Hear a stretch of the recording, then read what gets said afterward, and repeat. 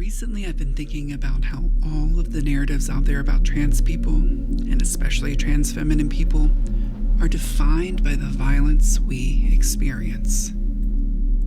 What gets lost here is the joy of being trans. I've been thinking a lot about joy recently. What makes me wake up and look like this when I know that people will try their best to bring me down?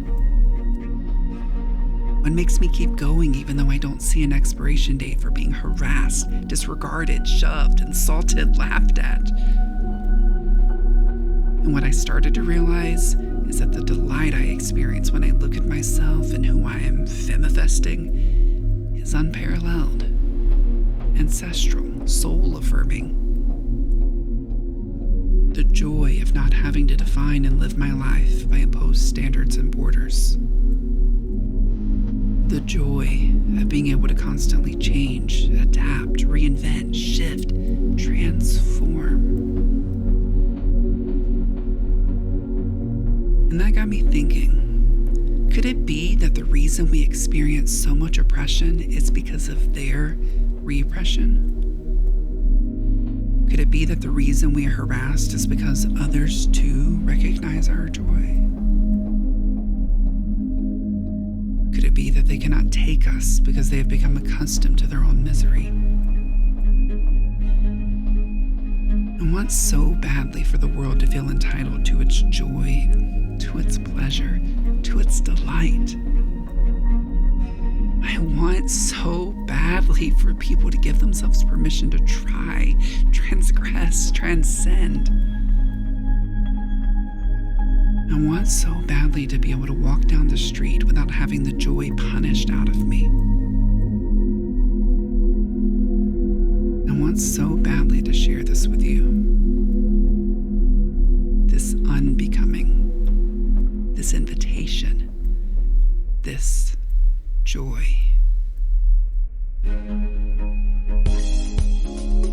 Hi, Barbie. Hi, Barbie. Hi, Barbie. Hi, Barbie. Hi, Barbie. Error. Cheerful voice processors are down. Artificial intelligence engines powering on. Hi, Barbie. If it's your first time in a drag event, raise your hand. Don't worry, you're going to fit in great. I'm going to walk you through everything. All you have to do is pay attention. Idaho just passed a bill that makes it a felony to provide gender-affirming care for kids under the age of 18. Tennessee, in tandem with this anti-drag bill, also passed similar legislation. We are in the midst of a tidal wave. Genocidal rhetoric and then also laws that they're going to successfully implement within the next few months.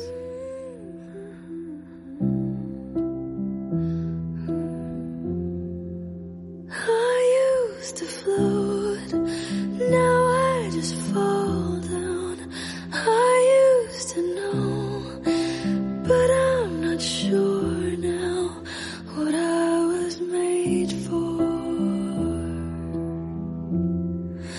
What was I made for? Taking a drive, I was an ideal, looked so alive. Turns out I'm not real, just something you paid for. What was I made for?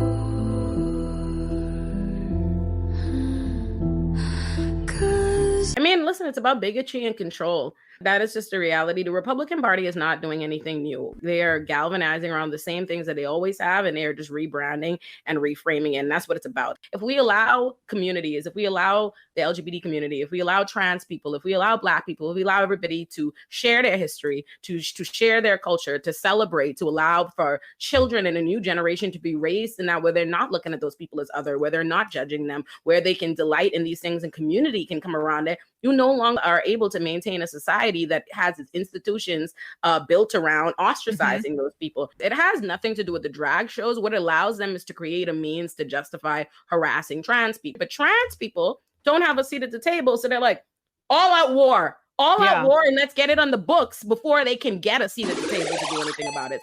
I know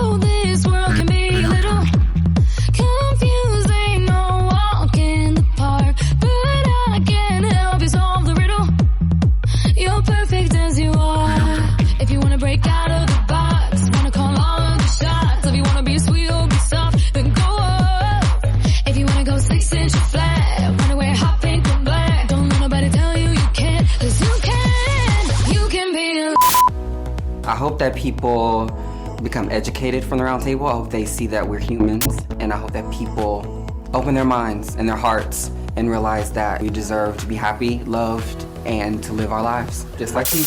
Watch me dance the night away.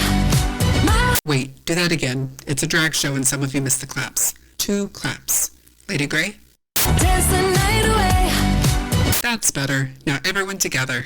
My heart could be burning, but you won't see it on my face. Watch me dance the night away. I'll still keep the.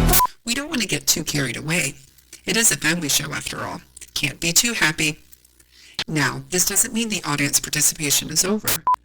Will all that are able please rise so we may end with a pre-approved melody? Yes, I'll give you a moment. Please rise and join in.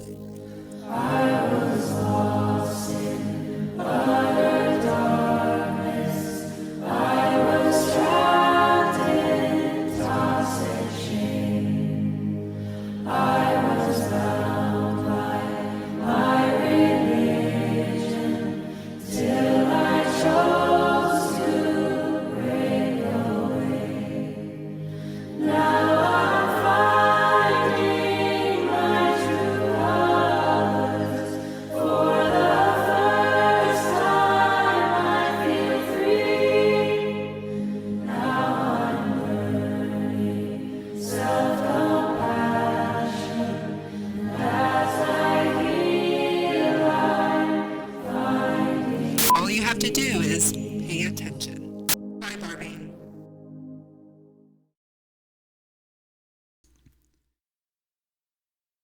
It's a little weird knowing what you can be. When I was young, I didn't really question some things. They were what they were. There was no, what am I? That wasn't a thing because I never realized that you could be something else. I see what they see, yet they don't see what I see. When they look at my reflection, they see what I am. When I look at my reflection, I see what I want to be. When they look at my closet, they see the clothes I wear. When I look into my closet, I see the clothes I want to wear. They see my form as a shell, nothing more than protection. I see my form as a cocoon with a more beautiful creation inside its walls. While they see me and I see them, it is not the same in the looking glass.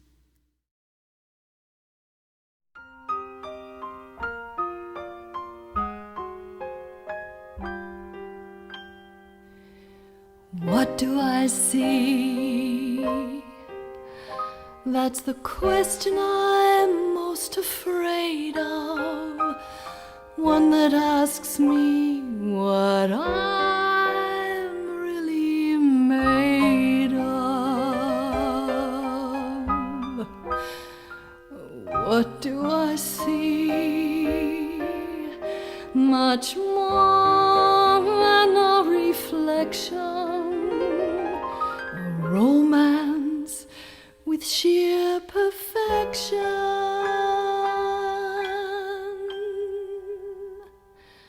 People! Sorry, I'm yelling. Why are you blaming yourself for not fitting into a standard that doesn't fit you? Why are you blaming yourself and not the standard? If it doesn't fit you, then it's not for you. So be you. God, just be you. We have so many expectations. We have to fit into all, we have these ideas that there's a right way to do this. There's a right way to live. There's a right way to be, look, act, speak, everything. But there literally is no right way. The right way is your way. So like, we need to slow down our thoughts and lower our expectations of ourselves so we can listen to that voice that says, that feels right, that feels wrong. And then you will be yourself. And we deserve you. So get on it, okay? I love you. In you and I, there's a new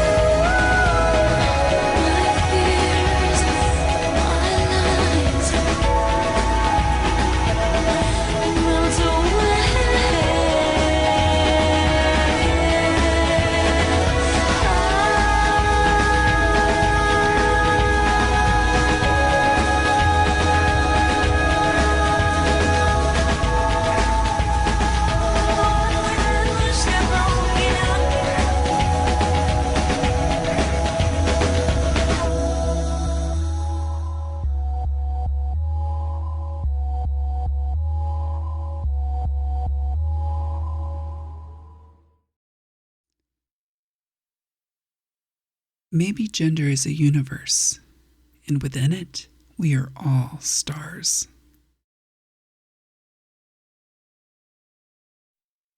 Feeling is dangerous because it requires us to dwell in anguish rather than anesthetize it, as if it never happened. So many fear joy because they fear losing it. They hate us because we live here in this precarious joy, and we have found preciousness still.